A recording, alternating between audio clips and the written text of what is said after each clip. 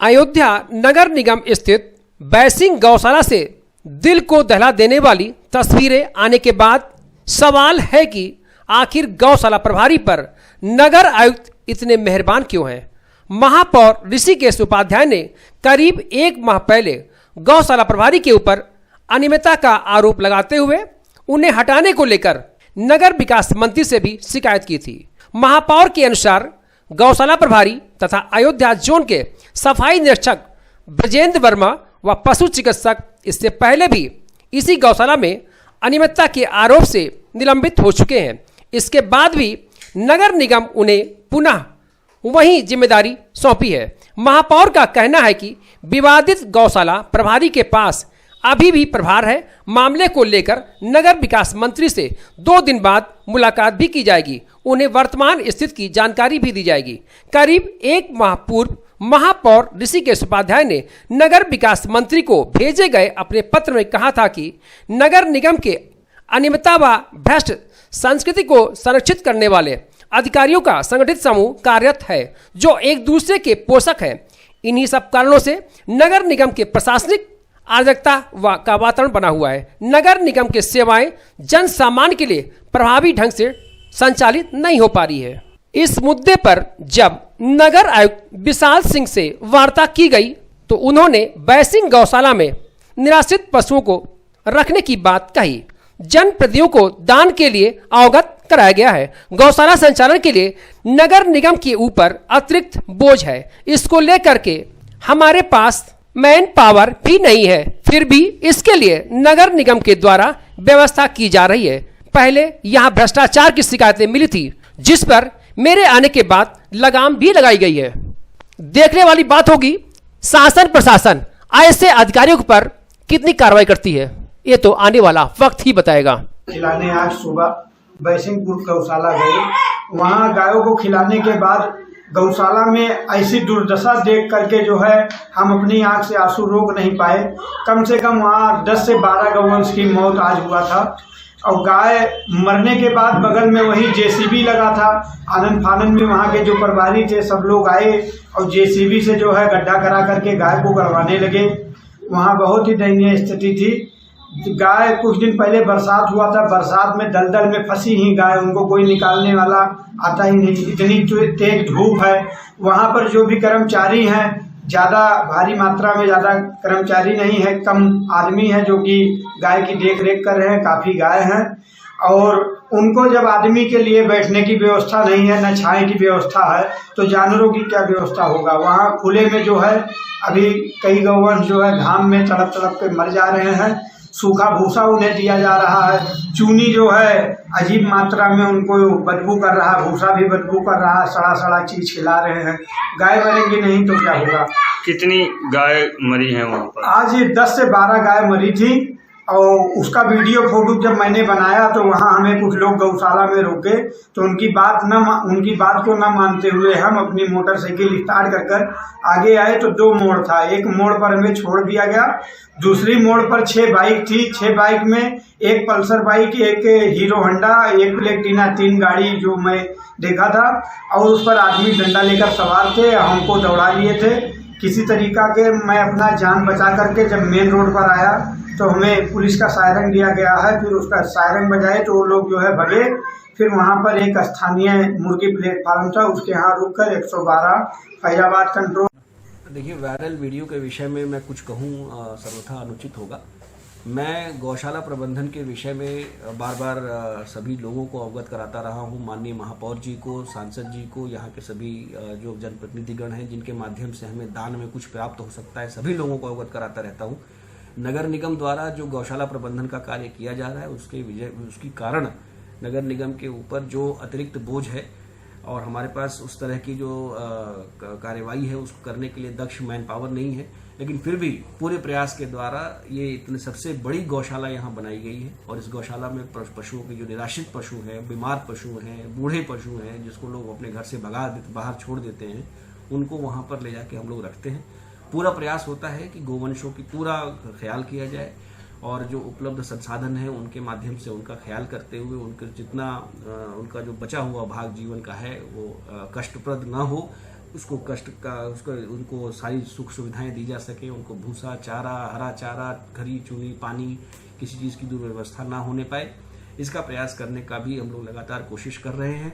गत समय में पिछले 3 वर्षों में जब मेरे यहाँ आने से पूर्व भी गौशाला में बार बार भ्रष्टाचार की शिकायतें बहुत बड़े स्तर पे आई हैं, जिसको हम लोगों ने आने के बाद रोका है। वहाँ पर फर्जी एम्प्लॉयमेंट के नाम पर लोगों को भर्ती किया जाता था, जो वहाँ नहीं जाते थे उनको भी रोकने का प्रयास किया जा रहा है।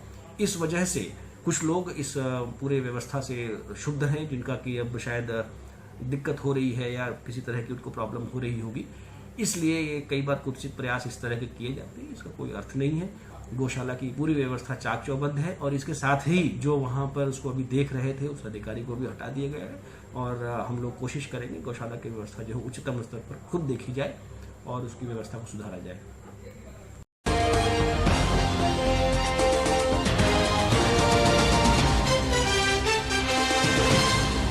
केंद्र सरकार से कृषि कानून वापस लेने की मांग को लेकर दिल्ली बॉर्डर पर धरना दे रहे किसानों द्वारा 26 मई को काला दिवस मनाए जाने के निर्णय का राष्ट्रीय लोकदल के समर्थन कर किसान संगठन भारतीय किसान यूनियन के साथ हेमू कल्याणी सदर तहसील तिगुनिया पार्क पर काली पट्टी एवं काला झंडा लेकर धरना दिया। रालोद जिलाध्यक्ष चौधरी राम सिंह पटेल ने बताया कि केंद्र और प्रदेश सरकार लगातार किसानों का उत्पीड़न कर रही है। एक तरफ जहां किसान अपने घरों में खेती बाड़ी को छोड़कर सड़क पर बैठकर किसान विरोधी कानून को वापस लेने के लिए धरना दे रहा है, वहीं दूसरी तरफ किसानों के फसल का न तो उचित मूल्य मिल रहा है और न ही उसके फसल का समय से पैसा मिल पा रहा है। चीनी मिलें बंद हो चुकी हैं, 1 माह से ऊपर हो गया है, किसानों को अभी तक बकाया गन्ना मूल्य नहीं मिला।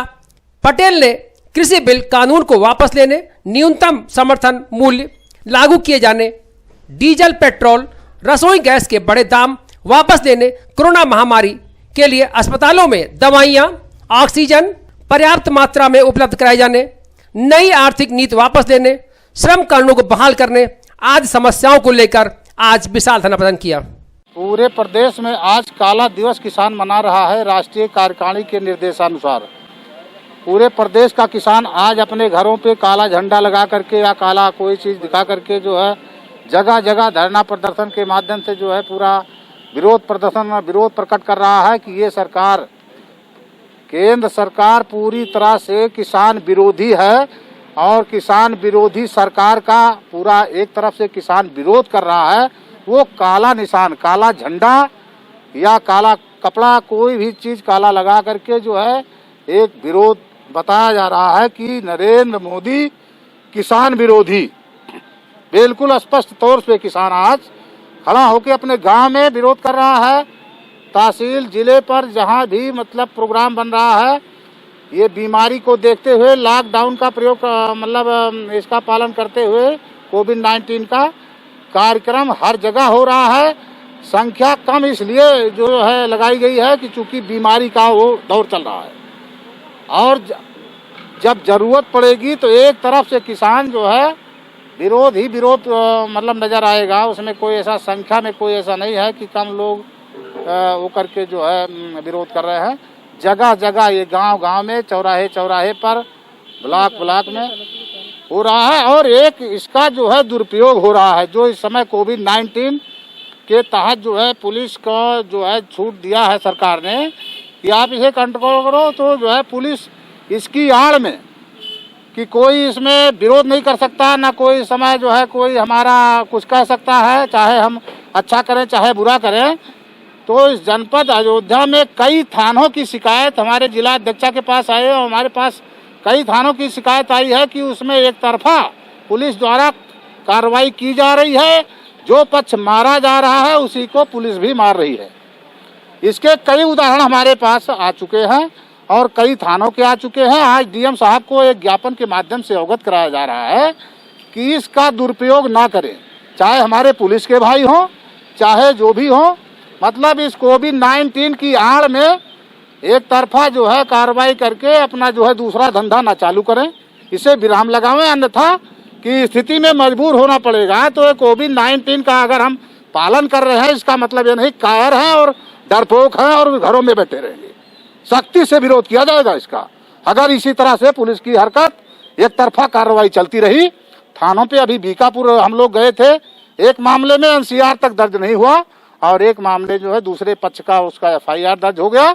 उसको बुरी तो मतलब इतने बड़े बच्चों को जो है उनको लपेट दिया गया है उन धाराओं में। दीवार तोड़ने में, बलचक चलाने में इतना बड़ा बच्चा 6 महीने का और जो है 1.5 साल का और 5 साल का बच्चा बलचक चला करके दीवार नहीं गिराएगा। लेकिन ऐसे जो है इसी तरह के उदाहरण कई हमारी डायरी भर गई है। इसीलिए आज काला ये जो राष्ट्रीय निर्देश हुआ तो ये काला ये गलत नहीं है। पूरी तरह से काला बाजारी में हमारे कुछ लोग, प्रशासन के भी कुछ लोग लिप्त हैं और सरकार तो पूरी तरह से किसान विरोधी है। नरेंद्र मोदी जी किसान विरोधी जी, ठीक है। बस इससे ज्यादा। श्री राम वर्मा, मंडल प्रमुख महासचिव, अयोध्या।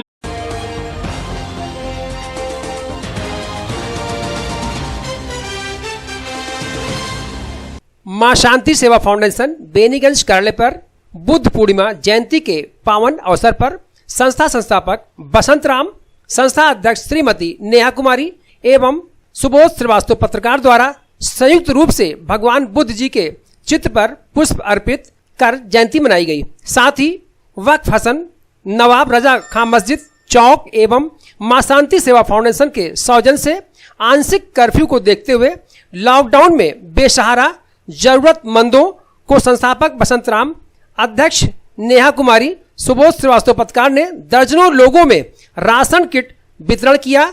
चौक मस्जिद के मुतलवी डॉक्टर मिर्जा साहब शाह के ने कहा, इस समय सभी मानव जीवन के इम्तिहान की घड़ी है। ऐसे में सभी मानव को मानवता रखकर जरूरतमंद लोगों को एवं पशु पक्षियों को हर संभव मदद करनी चाहिए। संरक्षक बसंत राम ने बताया कि पिछले लॉकडाउन में सभी जरूरतमंदों को हर संभव मदद किया गया था और इस आंशिक कर्फ्यू में भी जरूरतमंद लोगों को हर संभव मदद के साथ निरंतर पशु पक्षियों को भी भोजन पानी सामर्थ्य अनुसार संस्था द्वारा मदद की जा रही है। अध्यक्ष श्रीमती नेहा कुमारी ने इस दुख की घड़ी में कहा, हम सभी को असहाय, पीड़ितों, बेसहारों को सहारा बनकर उनका मनोबल बढ़ाना चाहिए। सेवा फाउंडेशन कार्यालय पर भगवान बुद्ध की जयंती पर उनको पुष्प अर्पित कर जयंती मनाई गई है और आंशिक कर्फ्यू लॉकडाउन को देखते हुए जो मजदूर हैं, छोटी दुकानों पे काम जो कर रहे हैं, उनको बेसहारा हैं, जहाँ पे कोई रोजगार इसमें नहीं चल पा रहा है, इन सब के लिए चिन्हित करके जो हमारे नज़र में आए हैं उनको जो है राशन का वितरण किया गया है। और आज राशन वितरण जो है चौक मस्जिद के चौक प्रसिद्ध वक्फ मस्जिद रजा खां के सौजन्य से और मां शांति सेवा फाउंडेशन के सौजन्य से मिला करके लोगों में जो है राशन का वितरण किया गया है। क्या मैसेज देना चाहते हैं? मैं चाहता हूँ इस लॉकडाउन में समय तो बहुत कठिन चल रही है, लेकिन ऐसे समय में सभी को आगे बढ़ के गरीब लोगों को, बेसहारा लोगों को, जो जरूरतमंद लोगों को मदद करें। मदद ही आज की जरूरी है और सब सुरक्षित रहे, स्वस्थ रहे, यही कामना करते हैं। क्या नाम है? मैं बसंत राम, संस्थापक मां शांति सेवा फाउंडेशन।